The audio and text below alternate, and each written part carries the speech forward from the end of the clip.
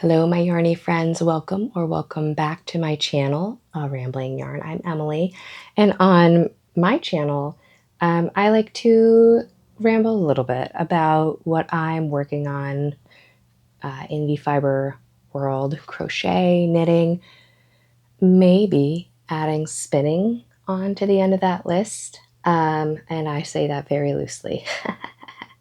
So if you are looking for something to do while you finish up that pile of laundry that's been languishing in your corner, or you need some company while you work on a whip, come hang out with me for a little bit this morning.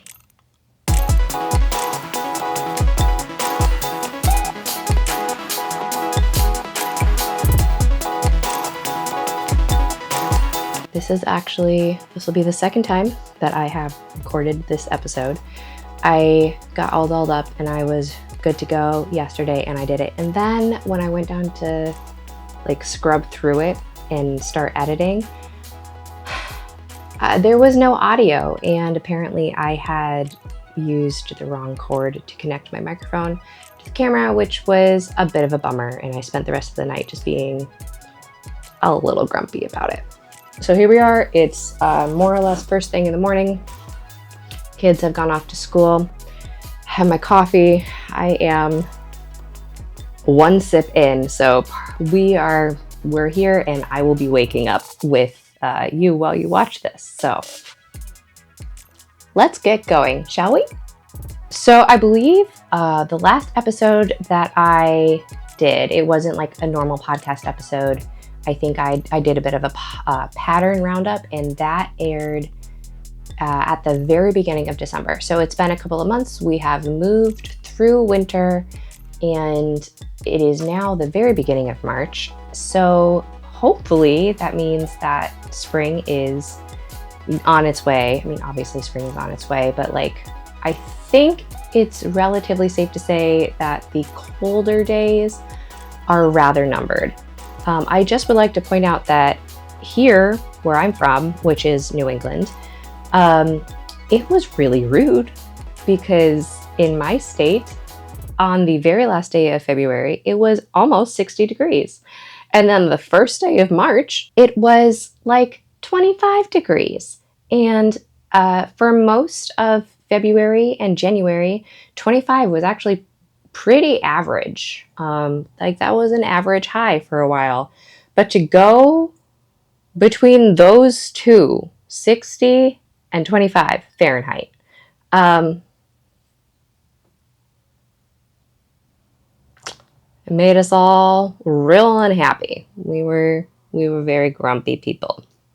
So I started the year out with actually almost nothing on my needles, which was a little weird. I think I finished up something. Oh, I made my kids sweaters, which I don't have any pictures of because they've just been wearing them, and I don't particularly love sharing photos of my kids with the world on the internet often. It's just one of those family things.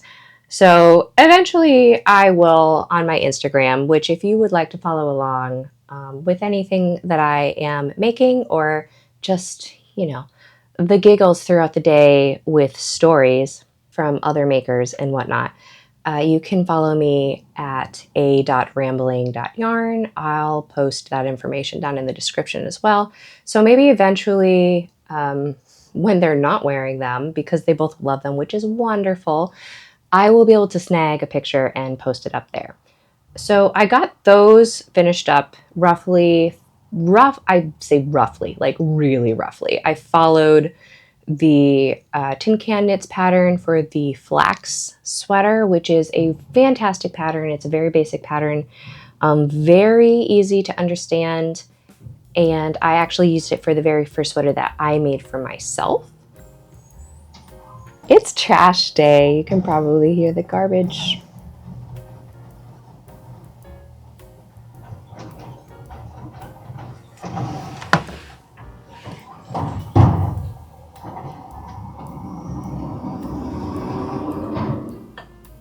They were having some difficulties there getting that one out. So once I got those 2 projects all taken care of and off my needles, I started something that I've never made this particular thing before exactly, but it's something that I have seen other people make for years and years and always been very intrigued, but never felt like I was too hesitant to commit. And that thing is a temperature blanket. Now, for those who are like, what is that? A temperature blanket is a blanket that you make with like a variation of yarns, many different shades, and each color correlates to a set of temperatures. I am using it's 100% acrylic because it's a blanket that's going to be probably thrown on the back of my couch with all of my kids and my animals and myself. So it needs to be washable and sturdy and all of that. And also it's a large investment. So this was cheap. It is Big Twist, which is from Joann. I think Joann fabric. I think this is one of their like in-house brands of yarn. Sad face, Joann Fabrics is going out of business. They are closing. I have yet to go into a store to see what they even still have, because I just have a feeling that if I go, which I don't have anything in particular that I need, but if I go, there's not even going to be anything left there. They are closing for good, and that just makes me so sad. The stitch that I ended up using, which is, I believe, the interlocking block stitch, I found it on Pinterest. I'll put a link for the pattern that I was following, which is free, down in the description if that is something that you are interested in using yourself. I decided to use, instead of solid colors, I went variegated because I don't do anything subtle usually. I don't know why I'm unwrapping this. It is large. This is my wingspan's width, and you don't need to see all of it because you're not going to be able to. So I will fold it up, make that a little bit easier. And here we are. So here's our beginning. And I don't know, I just think that they're really fun because they tell a story, and I was interested in having kind of an locking sort of stitch in general. Because I liked the idea of things like melding and flowing together, because that is kind of how the days go. It's not, nothing is linear. They all kind of squish together. So here we are, and you can see where things started getting a little bit warmer. I think this is all of January and February, like the complete months. So here we are. I will be showing progress of this on Instagram and maybe occasionally pop in here. But this is my slow going but happy year-long project. And actually, I have enjoyed this in a way that I save up all of my rows because I have enjoyed working on this. It always makes me sad if I only have 1 or 2 because I just want to keep going. So I've just been saving up like weeks at a time, and then really doing my hands disservice, honestly, but just sitting and working on it for like a gigantic chunk of time because it's a very addictive stitch pattern. So there's my temperature blanket for 2025. In between that, I started actually making my husband a pair of socks, and I actually haven't made. Well, I feel like I jumped off the sock wagon. One year I did the box of socks, and that basically was all that I did, and I kind of got socked out.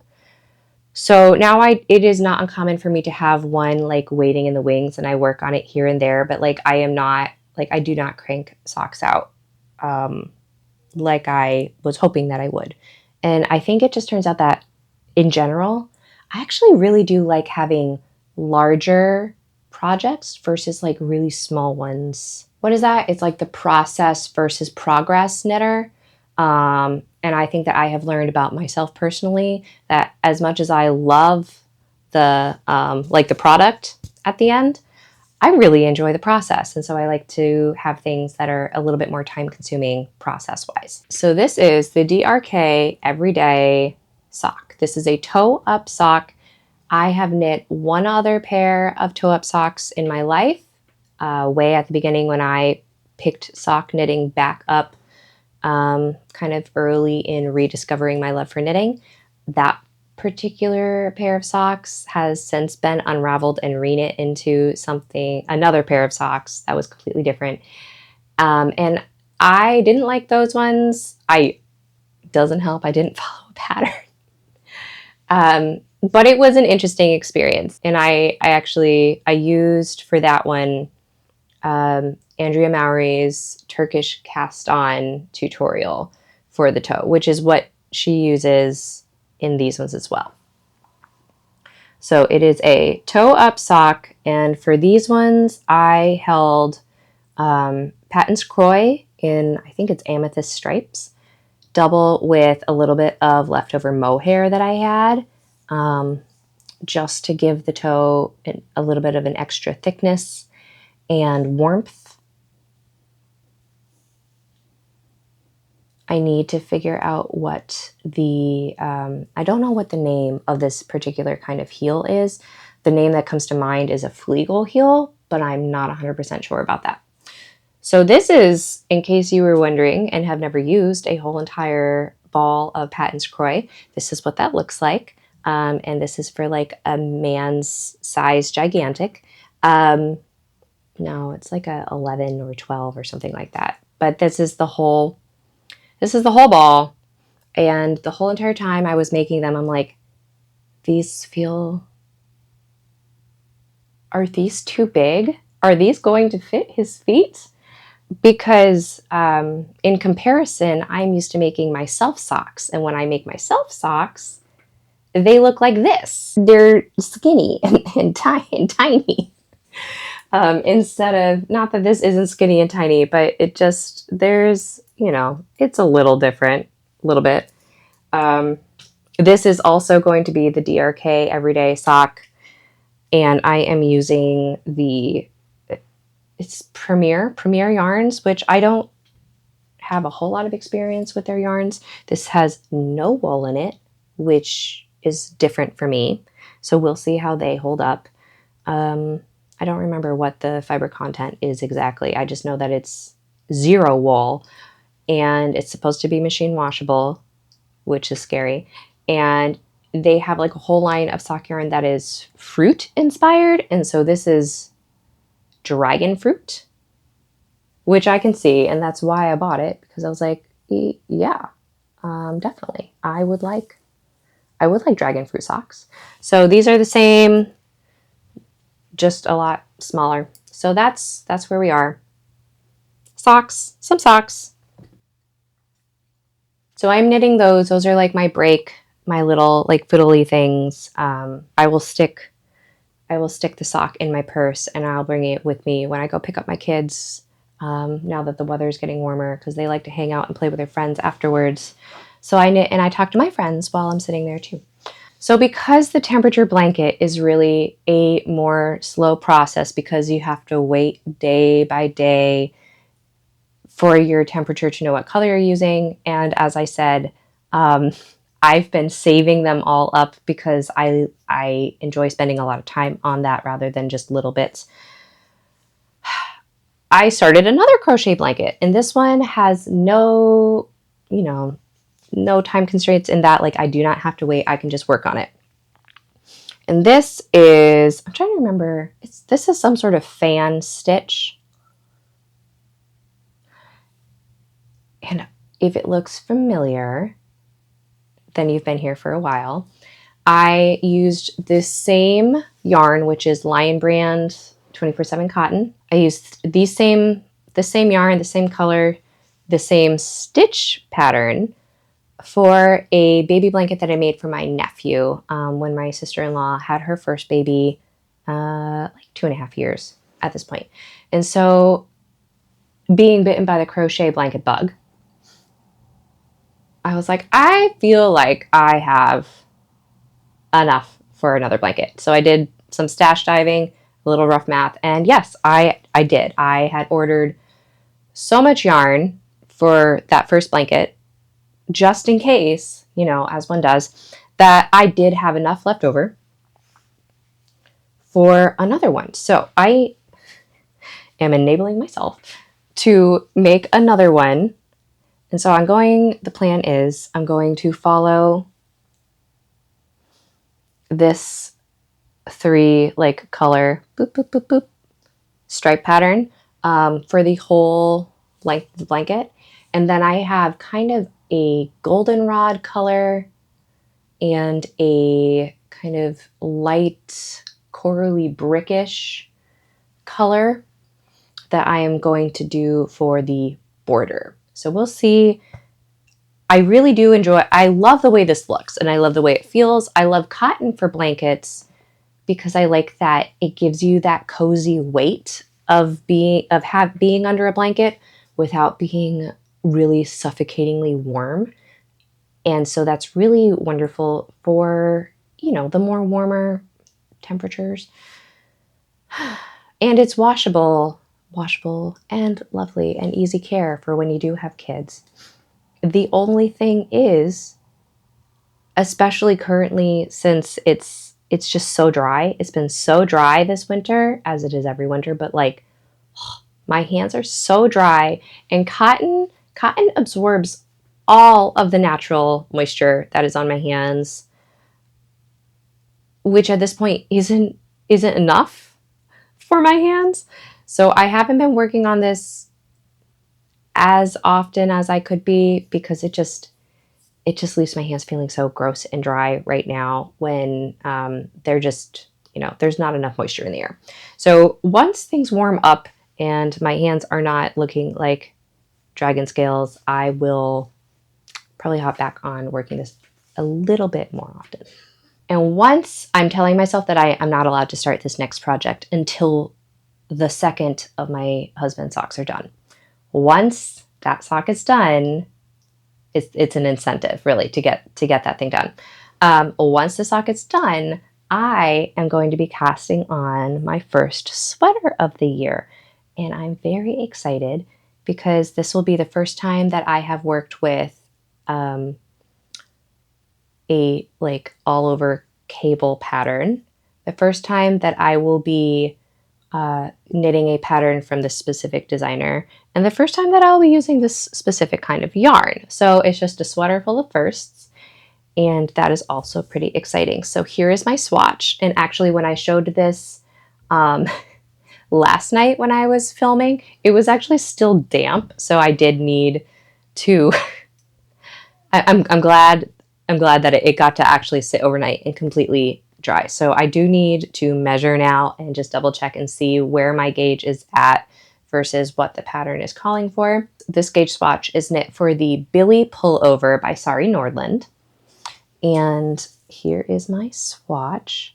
And I don't know for sure, but I feel like these cables I have seen are called honeycomb cables. Which these will be like the main one in the body, and then all of the, like, this is like the filler up here. So here we are. This is so soft.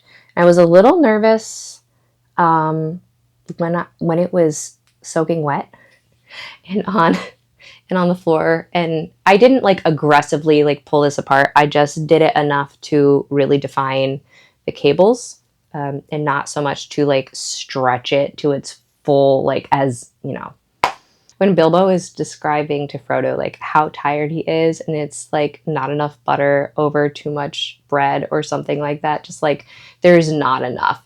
Like it looked so like it was stretched beyond how it should be. When it was wet and I had it blocked out and not aggressively, the pearls in between the cable columns, I was worried that they were just going to be way too like loose. But as it dried up and everything kind of plumped, it really filled in. And so that was great. And that makes me a little less nervous. And it's so soft and it's so squishy. And I'm super excited. My husband for years has been really, really wanting kind of like a nautical, like fisherman sort of sweater, which is very appropriate because my husband has more or less lived on boats for the past 5 years. He is in the Coast Guard. So on occasion, depending on where we are at the time, he spends the majority of a year in and out on boats. So in that sense, it is very appropriate for him.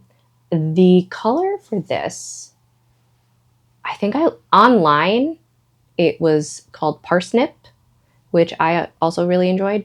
On the label, I think it just is numbers, and I cannot recall what that is currently. But I bought this through Webs, which is like America's largest yarn store or something like that, also known as yarn.com. And I got a pretty decent discount because when you buy through them, if you are buying all of the same color, like I want to say the minimum is 6 balls, 6 skeins of the same color, you get a discount. And then I had a gift card. I had like a $25 gift card. So I had like 20% off plus a gift card, and it ended up being like under $100, which was fantastic. So we shall see. Today is the day of like measuring up and figuring out, and then taking a couple notes, and then working like crazy to get that sock done so I can start this. As I read through the pattern, because this one I am determined I will be like reading through and not just like working step by step. The yoke construction for this is one that I have never done before, and I can't remember the name of it. The word contiguous comes to mind, but again, I think I've just been hearing that word like thrown around, and that's probably why. I don't know if that's what it actually is. But where you kind of like work the back and then place it on hold, and then do like a bit one shoulder and a second shoulder, and then like combine the front, like cast on to combine, and then work a little bit. And then once you've got like 2 relatively solid panels, you join everything like in the round, something like that. I haven't done that before. It's a little intimidating. The all over cables, also a little intimidating. But this was like, I just wanted to do, let me do just like one more repeat. So I have a feeling that even though it looks really complicated, which this ended up not being, like just doing the swatch eased my mind on that. I have a feeling that once I get in the groove, I'll be like, oh yeah, I'm not going to be able to put this down. And that I am very excited about. As for spinning, if you stuck around this long, over this past Christmas, I still can't believe that he did this. Over this past Christmas, my husband masterminded a plot for a large family gift. Like they all came together and they all pulled resources, and they bought me a spinning wheel. It is the Ashford Kiwi 3, I believe.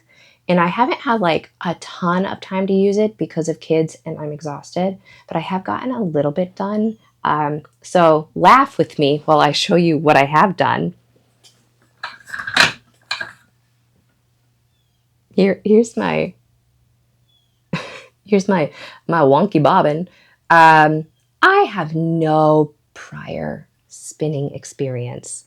I am learning through handling it, through watching YouTube videos, and just like pure determination. If any of you are spinners, I would really appreciate any advice you could give me. If you can just dig deep down and remember the things that you had trouble with when you were a beginner spinner.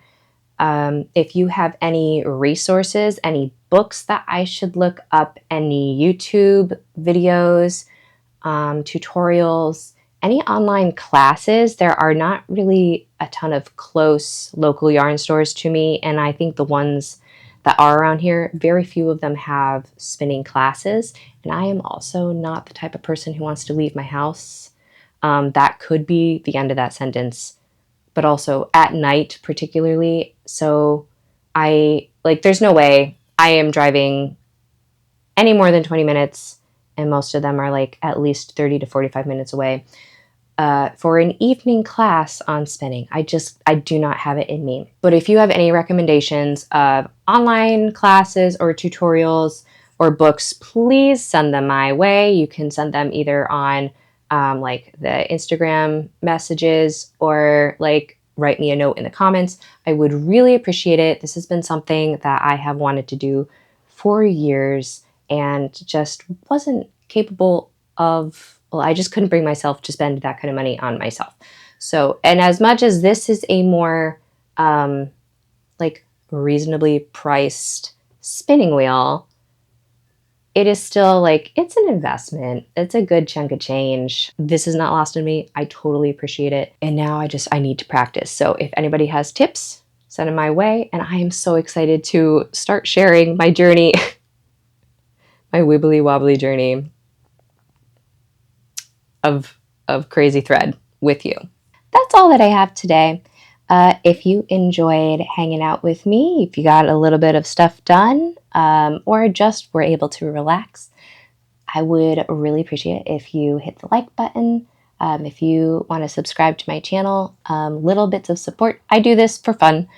It's for fun, and it's like a little video diary for me to look back on as time goes by to see what I was working on in the past, but any little bit also just helps in general. It's mostly at this point kind of a quarterly podcast with little things thrown in here and there, but if you hit the notification bell, you'll be sure to also get notifications the next time the hottest episode on YouTube drops. Anyways, enjoy the warm weather that we're starting to come into, and I will see you next time on A Rambling Yarn. Bye, guys.